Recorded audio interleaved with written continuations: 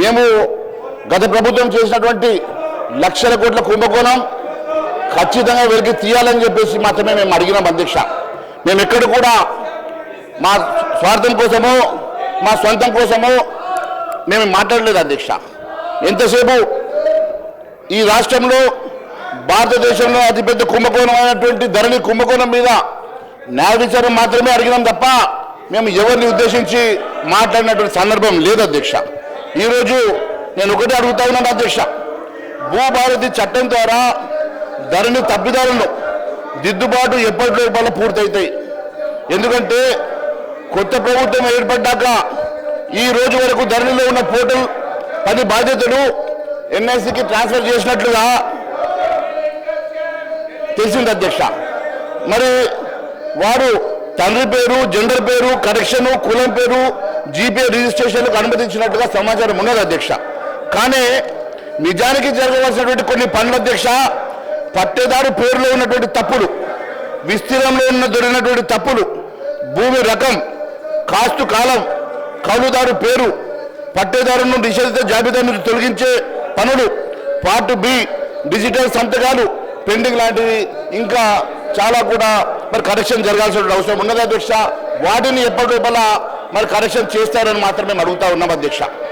ధరణి వల్ల నష్టపోయిన రైతుల వివరాలు, వారికి ఈ ఏడాది కాలంలో న్యాయమన్నా జరిగిందా, మరి సమగ్ర భూ కమతాల సర్వే ఆధారంగా భూ హక్కులు కోల్పోయిన రైతులందరికీ న్యాయం చేస్తామని మరి ఇప్పటి వరకు ఎంతమందికి చేశారు, నష్టపోయిన రైతుల వివరాలను ప్రభుత్వం సేకరించిందా, మరి ఇంతకీ సమగ్ర భూ కమతాల సర్వే జరిగిందా, జరగకపోతే ఎప్పటి లోపల జరిపిస్తారని అడుగుతా ఉన్నాం అధ్యక్ష. ల్యాండ్ కమిషన్, రెవెన్యూ ట్రిబ్యునల్ ఎప్పటిలో ఏర్పాటవుతుంది. ల్యాండ్ కమిషన్ ఏర్పాటు చేసే ప్రభుత్వ భూములను పరిరక్షిస్తామని కాంగ్రెస్ మేనిఫెస్టోలో మాట ఇచ్చారు అధ్యక్ష. మరి ఇప్పటి వరకు ఎన్ని ఎకరాల ప్రభుత్వ భూములు పరిరక్షించారు, పౌరుల భూ హక్కులను కాపాడేందుకు మరి ఇప్పుడు తెస్తున్నటువంటి భూభారతి చట్టం ద్వారా రెవెన్యూ ట్రిబ్యునల్ను ఏర్పాటు ఎప్పటిలోగా చేస్తారో తెలియజేయాల్సిన అవసరం ఉన్నది అధ్యక్ష. నిషేధిత జాబితాల్లో చేర్చిన పట్టా భూముల తొలగింపు జరగకపోవడంతో రైతులు నష్టపోతున్నారు అధ్యక్ష.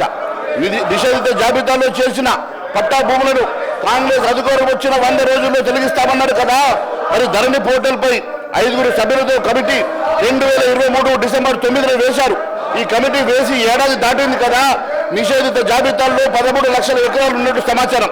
మరి వాటిలో కనీసం కొన్నైనా తొలగించారా? అంటే ఏడాది కాలంలో రైతులు మరి నష్టపోయారు కదా, వారిని ఎందుకు మరి తొలగించలేకపోతున్నారో తెలియజేయాల్సిన అవసరం ఉన్నది అధ్యక్ష. ధరణి అక్రమాల ద్వారా బీఆర్ఎస్ నేతలు దోచుకున్న సొమ్మును ఎందుకని కక్కించలేదు? ధరణి పోర్టల్లో తీసుకువచ్చి కేసీఆర్ అనే కుటుంబ సభ్యులు, బీఆర్ఎస్ లీడర్లు భూములు మహేశ్వర్ రెడ్డి గారు బీఆర్ఎస్ కు సంబంధించిన శాసనసభ పక్షానికి సంబంధించి మేము కోరుతా ఉన్నాం మరొకసారి, అక్కడ CPI floor leader, MIM floor leader Akbaruddin గారికి సంబంధించి, అదేవిధంగా సిపిఐ ఫ్లోర్ లీడర్ వారి సీట్లకు సంబంధించిన అంశం వారు అక్కడ కూడా అడ్డుకుంటే ఎట్లా అధ్యక్ష? దయచేసి వారి నిరసన ఏముందో వారి నిరసన బయటికి పోయి చెప్పండి అధ్యక్ష. ఇది మరొకసారి మనం చేస్తా ఉన్నా, ఈరోజు టీఆర్ఎస్ సంబంధించిన శాసనసభ పక్షానికి సంబంధించి చాలా ముఖ్యమైన బిల్లు. ఈ బిల్లుకు సంబంధించి అనేక మంది రాష్ట్రానికి సంబంధించిన ప్రతి ఇంట వేచి చూస్తూ ఉన్నారు. దాన్ని దృష్టిలో పెట్టుకొని సహకరించవలసిందిగా కోరుతా ఉన్నా. రెస్పెక్టెడ్ అక్బరుద్దీన్ ఓవైసీ గారు,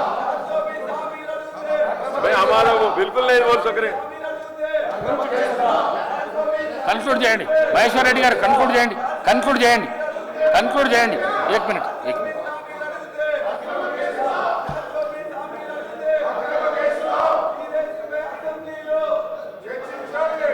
అధ్యక్ష, వేల ఎకరాల అక్రమంగా లక్షల కోట్ల రూపాయల స్కాము, బడా బాబుల హస్తం.